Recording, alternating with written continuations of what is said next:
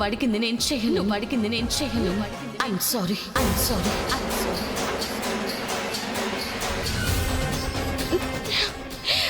మా అమ్మ చెయ్యని తప్పుకి నింద మోస్తుంది కేదార్. ఒక కూతురుగా దాన్ని చెరపాల్సిన బాధ్యత నా మీద ఉంది. నా చెల్లెలు కూడా తను చెయ్యని తప్పుకి జీవితాంతం నింద మొయ్యాలి కదా దాత్రి. ఒక అన్నగా చెల్లెల్ని కాపాడాల్సిన బాధ్యత నాకుంది. కేదార్, మధు బాధపడ్డా నాకు కూడా ఇష్టం లేదు. ఈ చేతులతోనే తన మీద అక్షంతలు వేసి అత్తానింట్లో సంతోషంగా ఉండాలని కూడా దీవించాను. అలాంటిది తను బాధపడుతుంటే నేను చూస్తూ ఎలా ఉండగలుగుతాననుకున్నావు? మధుకొచ్చిన సమస్యకి సమాధానం నా దగ్గర లేదు. తన అత్తవారింట్లో ఉంది. వాళ్ళ దగ్గరికి వెళ్ళి మధు ఏ తప్పు చేసిందని తన ఇంట్లో నుంచి బయటికి పంపించేశారని అడుగుదాం, నిలదీద్దాం, కలిసి తన కాపురాన్ని చక్కదిద్దుదాం. మన ప్రశ్నకి వాళ్ళ సమాధానం తెలిసి కూడా వాళ్ళని వెళ్ళి అడగడంలో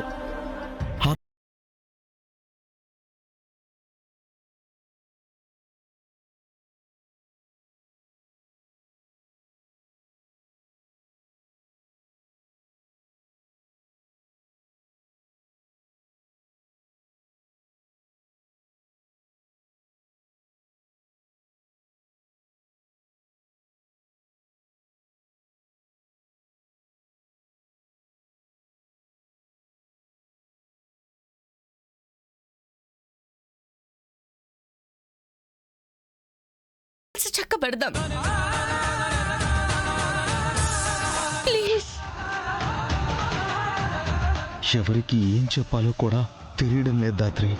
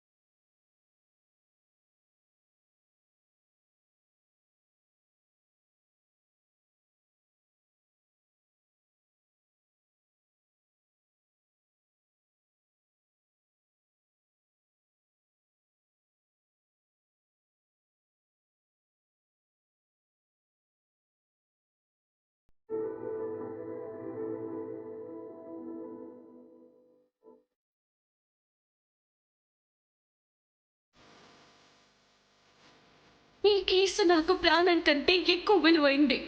నేను ఈ కేసు వెనక్కి తీసుకోవడం కుదరదు.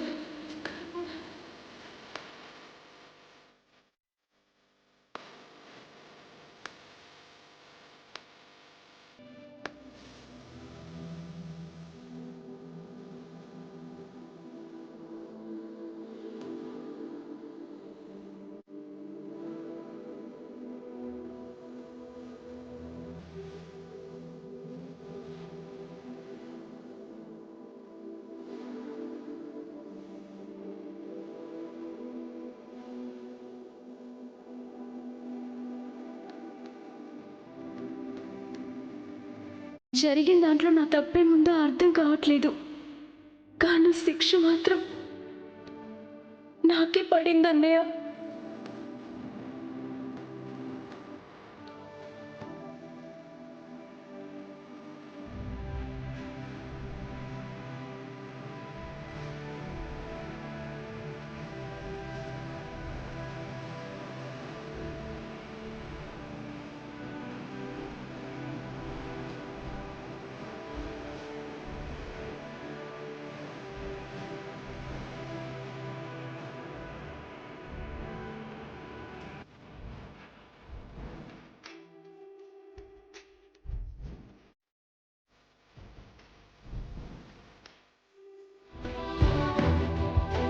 ఈ అన్నయ్య నీ నవ్వుకి కారణం అవ్వాలి గాని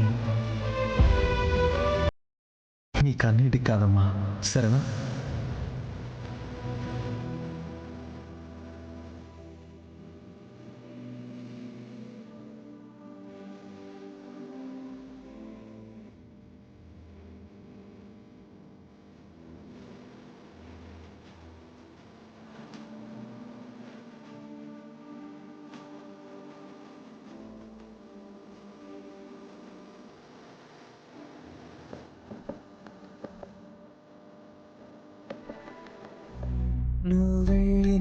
నువ్వు అడిగింది నేను చెయ్యను, నువ్వు అడిగింది నేను చెయ్యను, నువ్వు అడిగింది. I'm sorry, I'm sorry, I'm sorry.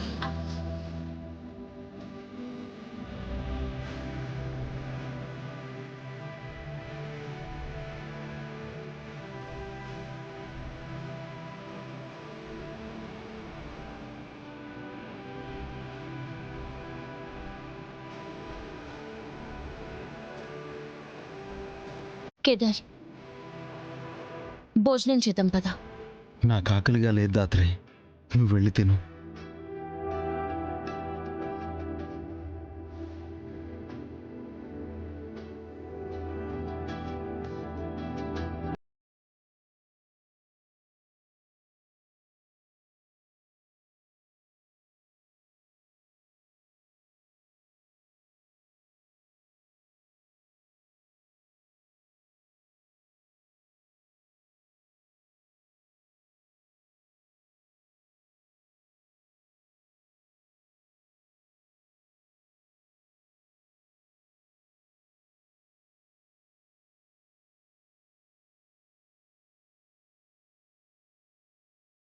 పోయింటుంది అత్తయ్య, ఇంకాకలేముంటుంది. ఆ ఇద్దరు ఈ ఇంట్లోకి ఏ ముహూర్తాన్ని అడుగుపెట్టుండారు గాని ఒకటి తర్వాత ఇంకొకటి సమస్య వస్తూనే ఉండది. సమస్యలు మనం సృష్టించుకొని దానికి వీళ్ళని బాధ్యులను చేసినంత మాత్రాన మనం బాధితులం అయిపోం అత్తయ్య గారు. అంటే ఇప్పుడు మధు ఇంటికి రావడానికి కారణం మేమా వీళ్ళ? పాపం మధు వచ్చిన దగ్గర నుంచి పచ్చి మంచినీళ్ళైనా కూడా ముట్టుకోలేదు. తన బాధకు కారణం ఎవరు? వీళ్ళు కాదా?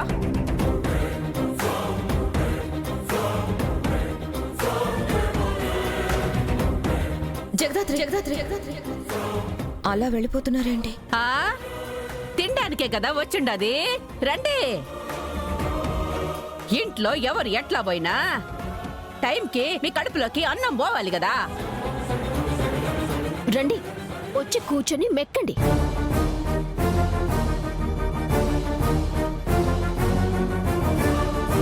నా కూతురి కష్టం చూసి ఇంట్లో ఒక్కరి కూడా అన్నం తినడానికి మనసు రాలేదే.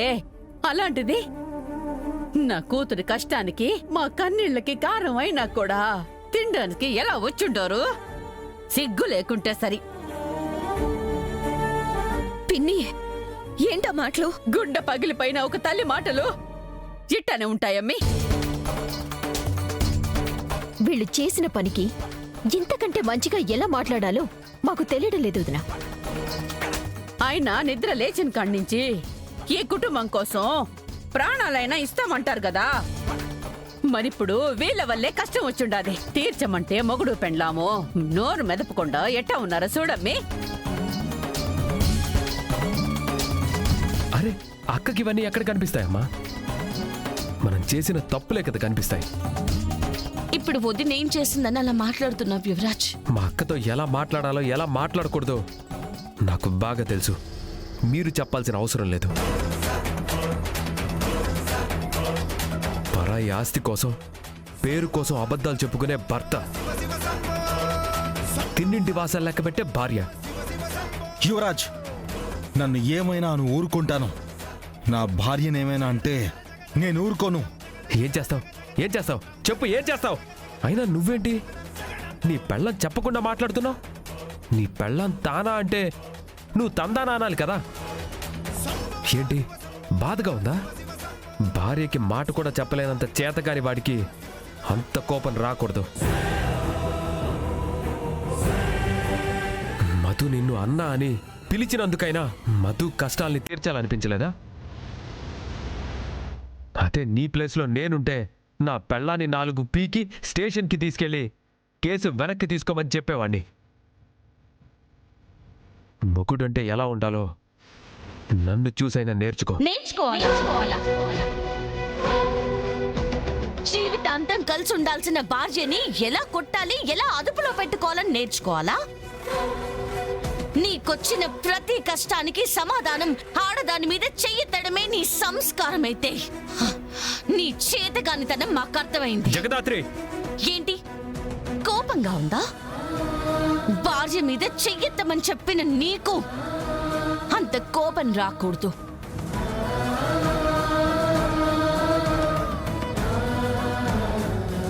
మధు కష్టానికి, ఈ ఇంట్లో కన్నీళ్ళకి నేను కారణమై ఉండొచ్చు, కానీ ఆ కష్టానికి సమాధానం మాత్రం నేను కేసు వెనక్కి తీసుకోవడం కాదు. ఈ విషయం నా భర్త అర్థం చేసుకున్నాడు కాబట్టి నన్నొక్క మాట అనలేదు, అనడు కూడా.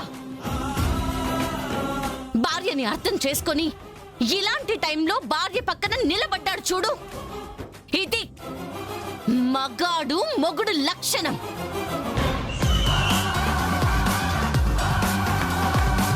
సూపర్ గా చెప్పావు సిస్టర్.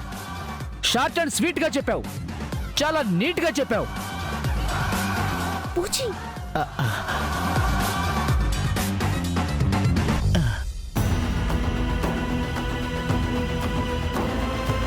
జగదాత్రి కేసు పెట్టడం ఇక్కడ సమస్య కాదు పిన్ని. తనకి సంబంధం లేని విషయంలో తనతో సంబంధాలు తెంపుకుని పుట్టింటికి పంపించారు కదా, అది సమస్య.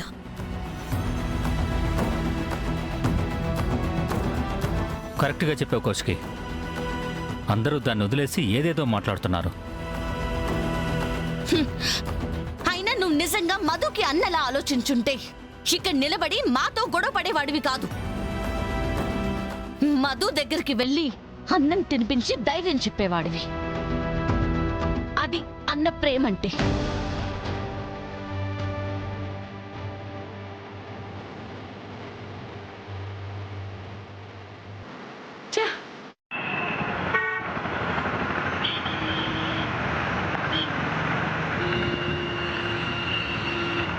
కేసు వెనక్కి తీసుకుంటేనే మధు తిరిగి మా ఇంటికి వస్తుంది.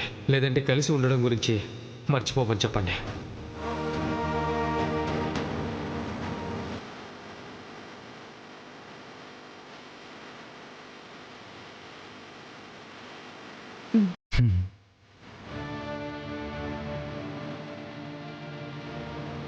మధు, నాకు ఆకలిగా లేదు వదినా.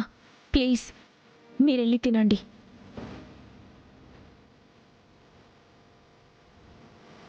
సరే, నేను నిన్ను తినమని అడగను, కానీ కాసేపు మాట్లాడతాను.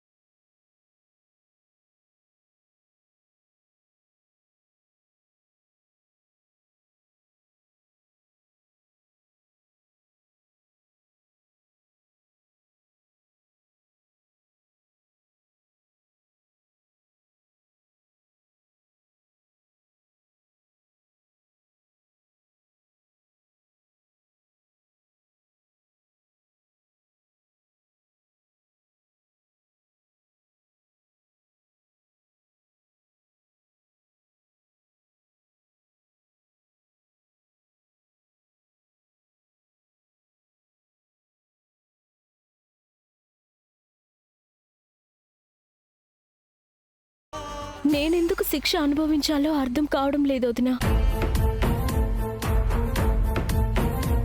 నా అత్తింటి వాళ్ళు నన్ను ఇంట్లో నుంచి పంపించేంత తప్పు నేనేం చేశానో ఎంత ఆలోచించినా తెలియడం లేదు.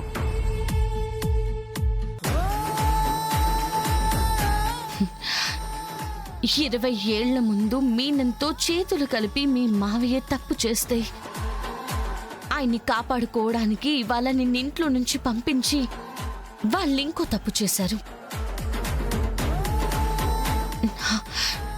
నన్ను నమ్ము మధు, వాళ్ళతో మాట్లాడో పోట్లాడో నిన్ను నీ ఇంటికి చేర్చే బాధ్యత మాత్రం నాది. నాకు తెలియకుండా నా వల్ల జరిగిన తప్పుని సరిదిద్దుకునే బాధ్యత నాది. కానీ అప్పటిదాకా నువ్విలా తినకుండా బాధపడుతూ రూమ్లో ఉంటే ఇంట్లో అందరూ బాధపడతారు. ఈ కుటుంబానికి కష్టం వస్తేనే తట్టుకోలేని మేము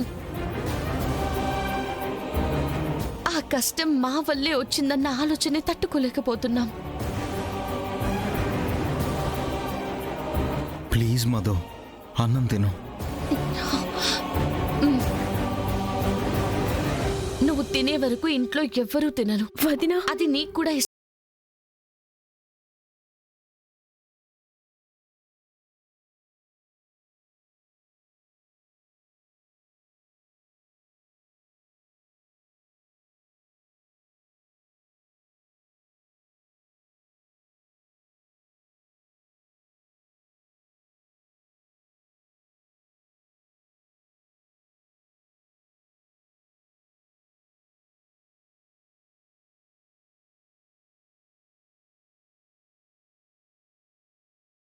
వదినా,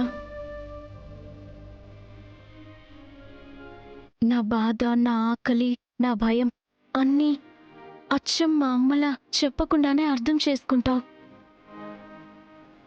థ్యాంక్స్ వదినా, నా లైఫ్లోకి వచ్చినందుకు.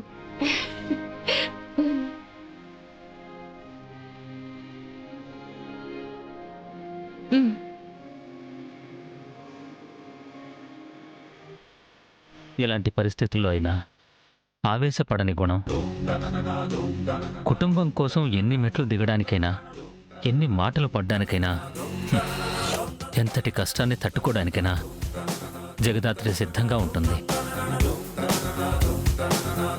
చిన్నప్పుడే చనిపోయిన అమ్మ కోసం తనతో, తన కుటుంబంతో, సమాజంతో పోరాడుతుంది.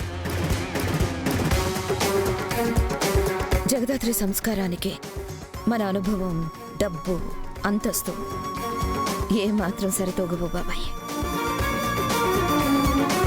వాళ్ళని ఇంట్లో ఉంచుకొని మనం ఏదో సాయం చేస్తున్నామని అందరూ అనుకుంటున్నారు, కానీ వాళ్ళు ఈ ఇంట్లో ఉండడమే మనకు చేస్తున్న అతి పెద్ద సాయం అని ఎవ్వరికీ అర్థం కావడం లేదు.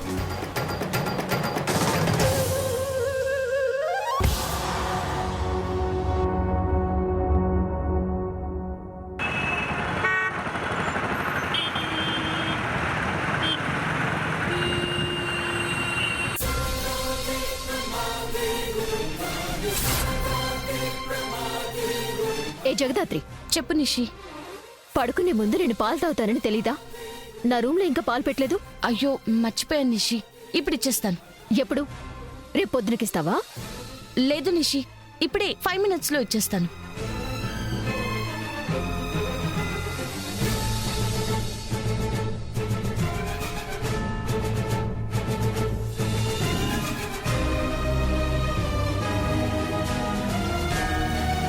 ఏంటి ఆనందంతో పొంగిపోతున్నావా? జరిగింది అర్థం చేసుకుని, జరుగుతున్నది న్యాయం అనుకుని మధు వాళ్ళ అత్తింటి వాళ్ళు మధుని పుట్టింటికి పంపకుండా ఉండుంటే నిజంగా ఆనందంగానే ఉండేదాన్ని నిషి. అయినా నీ జాతకమే అంతే. నీకు అదృష్టం ఫ్రంట్ డోర్ కొట్టేలోపు బ్యాడ్ లక్ బ్యాక్ డోర్ నుంచి లోపలికొచ్చేస్తుంది. అయినా జేడీ అంటే నీకంత సాయం చేస్తుంది. నీ కేసుని అంత పర్సనల్గా తీసుకొని ఇన్వెస్టిగేట్ చేస్తుంది. ఏంటి ఆ జేడీకి నీకు సంబంధం ఏంటి?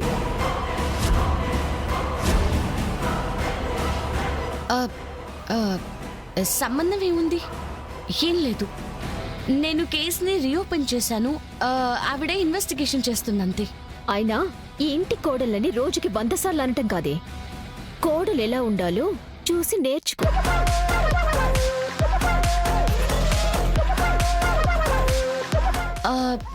ఎవరిని చూసి నేర్చుకోవాలి నిషి?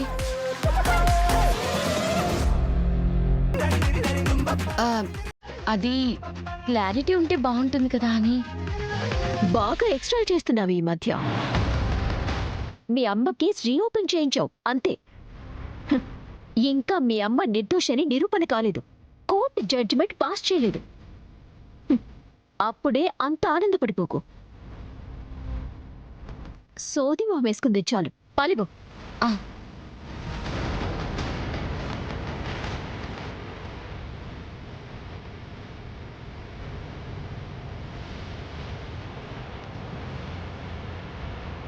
Good night Nishi.